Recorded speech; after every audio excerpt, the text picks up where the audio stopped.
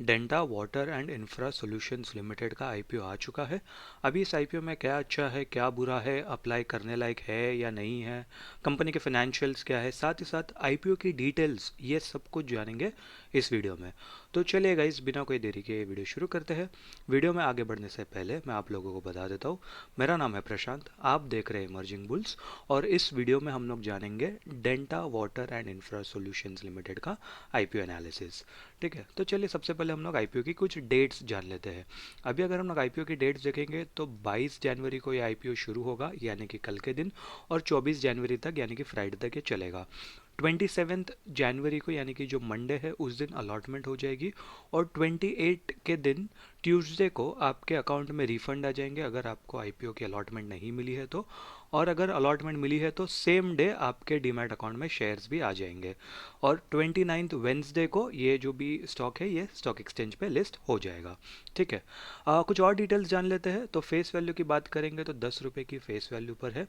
Price band की बात करेंगे तो 279 से 294 का है। अगर अप्लाई करना है तो 294 पर ही अप्लाई करेंगे, या तो फिर आपके ब्रोकर पे कट ऑफ प्राइस का ऑप्शन रहेगा, उसके ऊपर आप सीधा चेक कर सकते हो। लॉट साइज़ की बात करेंगे तो 50 शेयर का एक लॉट साइज़ है, काफ़ी ज़्यादा एक मतलब कैलकुलेशन के लिए इजी पड़ जाता है। टोटल इशू साइज़ यानी कि टोटल पैसे कितने मांग रही है कंपनी, टोटल पैसे मांग रही है कंपनी 220 करोड़ और 50 लाख। अभी इसके अंदर अच्छी बात क्या है, ये पूरा का पूरा पैसा 220 करोड़ पूरा 100% ये जो भी पैसा है ये पूरा कंपनी के पास जाएगा, प्रमोटर्स की जेब में 1 रुपया भी नहीं जाएगा। तो ये काफ़ी ज़्यादा एक अच्छी बात है। तो इससे क्या होगा कि कंपनी को ग्रोथ के लिए या जो भी कंपनी का रिक्वायरमेंट रहेगा उसके लिए ईजी हो जाएगा। यूजुअली जब जब मार्केट अच्छा चलता रहता है, वैसे तो काफ़ी दिन से अच्छा नहीं चल रहा है, बट जब यूजुअली बहुत सारे आईपीओ आते हैं तो हम लोग ने काफ़ी सारे आईपीओ भी देखे हैं जिसके अंदर 60% 80%, कुछ कुछ आईपीओ तो 100% भी अपना जो है वो ऑफर फॉर सेल डाल लेते हैं, यानी कि प्रमोटर्स अपने एग्जिट ले लेते हैं या पुराने इन्वेस्टर्स अपना एग्जिट ले लेते हैं। तो अभी इधर कैटेगरी देख लेते हैं। अब पहले हम लोग यहाँ पर कैटेगरी भी देख लेंगे तो क्यूआईबी को 50% मिला है, रिटेल्स को 35% और एचएनआई को 15%। लॉट साइज़ की बात कर लेंगे, जैसे कि बताया कि एक लॉट पे 50 शेयर्स का जो 50 शेयर्स का एक लॉट है, और टोटल आपको कॉस्ट पड़ेगा 14,700 का। आइडियली 51 भी हो सकता था, क्योंकि फिर मतलब 14,994 995 के आसपास होता था, बट ठीक है। शायद ये लोग का रहेगा कुछ, तो ये लोग ने 50 शेयर्स के हिसाब से एक लॉट बनाया है। 13 लॉट आप लोगे यानी कि 650 शेयर्स होंगे, तो आप रिटेल कैटेगरी में रहोगे। जैसे ही आपकी एप्लीकेशन 2 लाख के ऊपर आ जाएगी आप ऑटोमेटिकली एचएनआई कैटेगरी में आ जाओगे। ठीक है, तो इस बात का भी हम लोग को ध्यान रखना चाहिए। अभी सबसे अच्छी बात क्या है, इसके अंदर आप देखोगे तो ये कंपनी पूरी की पूरी बूटस्ट्रैप्ड कंपनी है, यानी कि 100% होल्डिंग प्रमोटर के पास है। तो इसके अंदर से कम भी होगा तो भी 75 के जस्ट नीचे आ जाएगा, मेरे हिसाब से इतना ज़्यादा नहीं जाएगा। और इसीलिए मतलब क्योंकि मतलब वो तो कम करना ही होगा। और ये सबसे अच्छी बात है कि ऑलरेडी किसी किधर और लोग ने डाइल्यूट नहीं करा है किसी को, तो एग्जिस्टिंग मतलब प्रमोटर के अलावा और कोई दूसरे शेयर होल्डर्स फिलहाल नहीं है, तो ये बहुत अच्छी बात है। ठीक है, डेफिनेटली हम लोग कंपनी के फंडामेंटल्स भी देखेंगे, डेट वेट कितना है, और बट उसके पहले हम लोग कंपनी के बिजनेस के बारे में समझ लेते हैं कि क्या बिजनेस मॉडल है और कैसे लोग काम कर रहे हैं।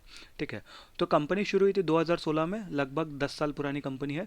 Denta water and infra solutions is a growing water and infrastructure solutions company engaged in designing, installing and commissioning water management infrastructure projects with expertise in ground water recharge projects. ठीक है, the company has experience in water engineering and EPC services. Company specializes in infrastructure projects including groundwater recharging through recycled water, addressing growing water solution demands. ठीक है, अभी ये मतलब basically ये लोग का जो भी वाटर रिसाइकलिंग वो सब का प्रोजेक्ट का काम करते हैं लोग, ग्राउंड वाटर सब के हिसाब से लोग रिसाइकल करते हैं और उसको यूजेबल बनाते हैं। ठीक है, ज़रूरी नहीं है कि जितने भी ये वाटर रिसाइकलिंग कंपनीज होती है वो लोग पीने के लिए ही पानी बनाते हैं। काफ़ी ज़्यादा जो इंडस्ट्रीज़ रहती है वो लोग को भी पानी की ज़रूरत पड़ती है, कुछ वो लोग को केमिकल्स यूज़ करने के लिए, कुछ भी वो लोग को नॉर्मल जो काम डे टू डे काम के लिए भी वो लोग को जो नॉर्मल पानी लगता है उसके लिए भी लोग रिसाइकल करते हैं। ठीक है, और भी कुछ डिटेल्स जान लेते हैं। अभी कंपनी का इधर ये लोग ने दिया है, company has successfully executed major projects like Byrapura, Hiremagaluru, LIS, KC Valley contributing to Bengaluru's wastewater management and supporting the government's जल जीवन मिशन। तो इसके अंदर लोग गवर्नमेंट को भी ये लोग जो गवर्नमेंट का जो जल जीवन मिशन है उसके लिए भी लोग सपोर्ट कर रहे हैं डेफिनेटली, क्योंकि वो जो मिशन है वो बेसिकली उसी तरीके से है कि पानी को हम लोग जितना साफ़ या क्लीन कर सकते हैं वो उस हिसाब से ही है। तो ये लोग ने उस हिसाब से लोग ने काम करा है, बट अभी यहाँ पर लगा मेजर फोकस बेंगलुरु में ही दिख रहा है, ठीक है, या कर्नाटका स्टेट में। Company owns 98 acres of land in Madikeri, Karnataka, producing coffee, pepper, and cardamom. Additionally, it has beach resort in Udupi, generating revenue through a facility management agreement. अभी इसके अंदर ये थोड़ी सी एक डाइवर्ट हो गया है इधर। अगर हम लोग यहाँ पर देखेंगे, यहाँ पर ये लोग का जो भी काम है ये वेस्ट वाटर का है, ठीक है, ये वेस्ट वाटर का काम है यहाँ पर। और यहाँ पर ये लोग बता रहे हैं कि ये लोग की लैंड है जिधर से लोग कॉफ़ी और पेपर और सब भी उगा रहे हैं और उसको भी बेच रहे होंगे ऑब्वियसली। और ये लोग का एक होटल भी है। तो ये कहीं ना कहीं ये इसकी जो इनकम आएगी ये अदर इनकम में आएगी, क्योंकि जो कंपनी का जो मेन काम है वो वेस्ट वाटर से रिलेटेड है। ये बाकी सब ये जो भी है ये अदर इनकम में काउंट हो जाएगा, ठीक है। तो इस बात का भी हम लोग को ध्यान रखना चाहिए। बट इससे एक अच्छी बात ये भी है कि कंपनी ऑब्वियसली सिर्फ वो लोग के जो मेन काम पे उसके ऊपर फोकस नहीं कर रहा है, जहाँ से और दूसरा रेवेन्यू आ सकता है उसके ऊपर भी लोग कहीं ना कहीं फोकस कर रहे हैं, ठीक है। कुछ और डिटेल्स जान लेते हैं। Company provides a comprehensive range of water management services like preliminary investigation and reconnaissance, feasibility studies, planning and project formulation, field service, soil testing, design services, tender bidding consultancy, project management and construction supervision, operation and maintenance, engineering procurement consultancy, turn की projects, ठीक है। तो इसके अंदर ये बहुत कुछ है, ये लोग की बहुत ज़्यादा सर्विसेज है, जैसे आप देख सकते हो कंसल्टेंसी सर्विसेज है, डिज़ाइन सर्विसेज है। ये लोग खुद ऑपरेशन मैनेजमेंट के गाइडलाइंस भी प्रोवाइड करते हैं कि कैसे हम मतलब जो भी दूसरी कंपनी वो लोग को कैसे इसका ऑपरेशंस करना चाहिए, जो भी लोग ने वेस्ट वाटर का जो भी लोग ने जो ट्रीटमेंट करा है तो इसको कैसे ऑपरेट करना चाहिए, उसको मेंटेन कैसे करना चाहिए उस एक लेवल तक, तो ये सब भी लोग करके देते हैं। As of November 30, 2024 the company has executed 32 water management projects, 11 as the main contractor, 1 in joint venture and 20 as a subcontractor. In addition, the company undertakes construction projects on railways and highways. तो ये एक अच्छी बात है, क्योंकि ये लोग का जो फोकस है ये लोग का B2B तो है ही है, साथ ही साथ B2G भी है, यानी कि गवर्नमेंट को भी ये लोग कैटर करते हैं, साथ ही साथ B2B यानी कि बिजनेसेस को भी ये लोग कैटर करते हैं। तो ये लोग के 11 जो प्रोजेक्ट्स है, 32 में से 11 प्रोजेक्ट्स यानी कि मोटा मोटी 30-35% का जो प्रोजेक्ट है ये लोग ने मेन कॉन्ट्रैक्टर यानी कि वो कॉन्ट्रैक्ट ये लोग के पास आया था। जॉइंट वेंचर यानी कि 2 कंपनी के पास है, एक ये और एक दूसरी कंपनी के पास। और सब कॉन्ट्रैक्टर यानी कि कोई एक कंपनी के पास आया कॉन्ट्रैक्ट और उसने 2-3 कंपनी में बांट दिया, जिसमें से हमारी ये भी एक कंपनी थी। तो इस बात का भी हम लोग को ध्यान रखना चाहिए कि सब कॉन्ट्रैक्टर यानी कि मेन कॉन्ट्रैक्टर नहीं होता है। साथ ही साथ ये लोग ने इधर ये भी बताया कि ये लोग रेलवेज और हाईवेज पे भी काम कर रहे हैं, जो कि ऑब्वियसली गवर्नमेंट के सेगमेंट में एक आ जाता है। कंपनी के पास 89 परमानेंट एम्प्लॉयज़ है एज ऑफ November 30, 2024, ठीक है। कॉम्पिटेटिव स्ट्रेंथ्स मैं यूजुअली नहीं पढ़ूंगा, आप जाके देख लेना, आपको अगर अच्छा लग रहा है तो पढ़ सकते हो, बट यूजुअली मैं इसको स्किप कर दूंगा और हम लोग सीधा कंपनी के फाइनेंशियल्स पर जाके देख लेते हैं। तो यहाँ पर अगर हम लोग देखेंगे तो फुल ईयर और यहाँ पर हाफ ईयर का है, इंटू 2 में हम लोग इसको देख के समझ जाएंगे कि भाई कितना कंपनी का फाइनेंशियल्स चल रहा है। तो यहाँ पर हम लोग देखेंगे तो 60 करोड़ के एसेट्स थे, वो सीधा डबल हो गए 123 करोड़, और उसके बाद 100 करोड़ के और एसेट जुड़ गए, 220 करोड़ हो गए। और यहाँ पर भी 6 महीने में कुछ ज़्यादा इसके अंदर बढ़ोतरी नहीं आई है, 50-60 लाख के एसेट्स सिर्फ जुड़े हैं, ठीक है। रेवेन्यू की बात करेंगे तो 120 करोड़ का रेवेन्यू था पहले साल, फिर उसके बाद लगभग 50% का जंप आया 175 करोड़, फिर उसके बाद वापस 33-34% का जंप आया 240 करोड़ सॉरी, और उसके बाद 98 करोड़। अगर इसको हम लोग इंटू 2 भी कर लेंगे तो ज़्यादा से ज़्यादा 200 करोड़ के रेवेन्यू हो जाएंगे। तो यहाँ पर कहीं ना कहीं रेवेन्यू में थोड़ा सा डिक्लाइन यहाँ पर ज़रूर नज़र आता हुआ दिख रहा है, लगभग 15% के आसपास का तो रेवेन्यू में डिक्लाइन दिख रहा है। प्रॉफिट आफ्टर टैक्स की बात करेंगे तो 38 करोड़ का प्रॉफिट आफ्टर टैक्स था, लगभग 31 करोड़ का प्रॉफिट था, 31% का सॉरी, 175 करोड़ पे 50 करोड़ था, यानी कि इस पे भी 30% के आसपास का 28-30% के आसपास का प्रॉफिट था। 240 करोड़ पे 60 करोड़, 25% का प्रॉफिट, यहाँ पर भी ऑलमोस्ट 25 करोड़ का प्रॉफिट है। अगर मैं इसको इंटू 2 भी कर लूँगा तो ईयर एंड पे लोग 50 करोड़ के आसपास का प्रॉफिट कर लेंगे।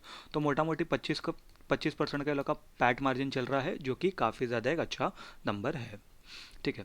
रिजर्व्स की बात कर लेते तो 50 करोड़ के रिजर्व्स थे, बढ़कर 100 करोड़ हो गए, जो कि काफ़ी ज़्यादा अच्छा नंबर है। फिर से बढ़कर 150 करोड़ के हो गए और अभी बढ़कर 169 करोड़ के हो गए। एसेट्स में इतना ज़्यादा ग्रोथ नहीं आया, रेवेन्यू में ग्रोथ नहीं आया, बट रिजर्व्स में ग्रोथ आया है, जो कि एक अच्छी बात है कि यहाँ पर 25 करोड़ के आसपास के लोग ने रिजर्व्स बढ़ा दिए हैं। बोरोइंग्स की बात करेंगे तो 1 करोड़ 15 लाख की बोरोइंग्स थी, घटकर 86 लाख की हो गई, उसके बाद सिर्फ 70 करोड़ के आसपास की, सॉरी 70 लाख के आसपास की बोरोइंग्स है, जो कि बहुत ही ज़्यादा कम है।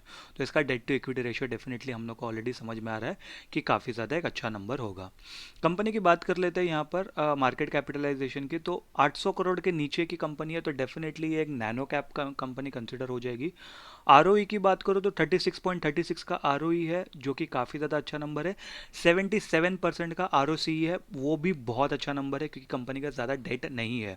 और इससे हम लोग को ये यहाँ पर भी पता चल जाता है कि डेट टू इक्विटी रेशियो 0.01 का है, बहुत ही अच्छा नंबर है। By the way, R O E और आर ओ सी ई के ऊपर एक डेडिकेटेड वीडियो है चैनल पर, आप जाके देख लेना। उसके ऊपर आपको और अच्छे से समझ में आएगा कि आर ओ ई और आर ओ सी ई में से दोनों में से क्या देखना चाहिए और दोनों को समझते कैसे हैं, ठीक है, या दोनों ही देखना चाहिए। रिटर्न ऑन नेटवर्थ भी अच्छा है 36.36। पैट मार्जिन जैसा कि हम लोग ने डिस्कस करा था 25% का है, जो कि काफ़ी ज़्यादा अच्छा है। और प्राइस टू बुक वैल्यू भी एक फेयर वैल्यू ही है मेरे हिसाब से।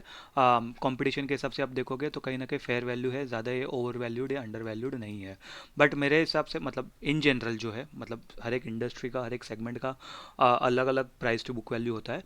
बट इन जनरल अगर मैं कंसिडर करूँ तो 10 के नीचे या 8 के नीचे अगर आप प्राइस टू बुक वैल्यू देखते हो तो मेरे हिसाब से वो कहीं ना कहीं बहुत अच्छी डील मानी जाती है। प्राइस टू बुक वैल्यू और पीई के ऊपर भी एक डेडिकेटेड वीडियो है चैनल पर, आप वो भी जाके देख लेना। बात करते हैं पीई की, तो प्री आईपीओ इसका पीई था 9.45 का, पोस्ट आईपीओ 16.22 का हो जाएगा। प्री आईपीओ जो ईपीएस है वो 31.11 का है, पोस्ट आईपीओ 18.13 का हो जाएगा, ठीक है। तो ये तो कंपनी के फाइनेंशियल्स ठीक अच्छे लग रहे हैं, ठीक ठाक तो नहीं कहूँगा, अच्छे ही लग रहे हैं। सिर्फ इसके अंदर फिलहाल एक की नेगेटिव पॉइंट मुझे अभी कंपनी के फाइनेंशियल्स में लगा है, या दो नेगेटिव पॉइंट, एसेट्स बड़े नहीं है और साथ ही साथ रेवेन्यू थोड़ा सा घट गए हैं। तो वो कहीं ना कहीं हम लोग को यहाँ पर ध्यान देना देना पड़ेगा। प्रॉफिट आफ्टर टैक्स की भी बात करूँ तो यहाँ पर जहाँ पर 30% का प्रॉफिट आफ्टर टैक्स है, यहाँ पर 25% ही है। तो बट अच्छी बात यह है कि 25% के ऊपर पिछले 4 साल से, जो 3.5 4 साल का जो डेटा है, 25% के ऊपर ही ये लोग का प्रॉफिट आफ्टर टैक्स रहा है, जो कि काफ़ी ज़्यादा अच्छा नंबर है, ठीक है। चलिए कंपनी का ये देख लेते हैं कि कंपनी को पैसे क्यों चाहिए।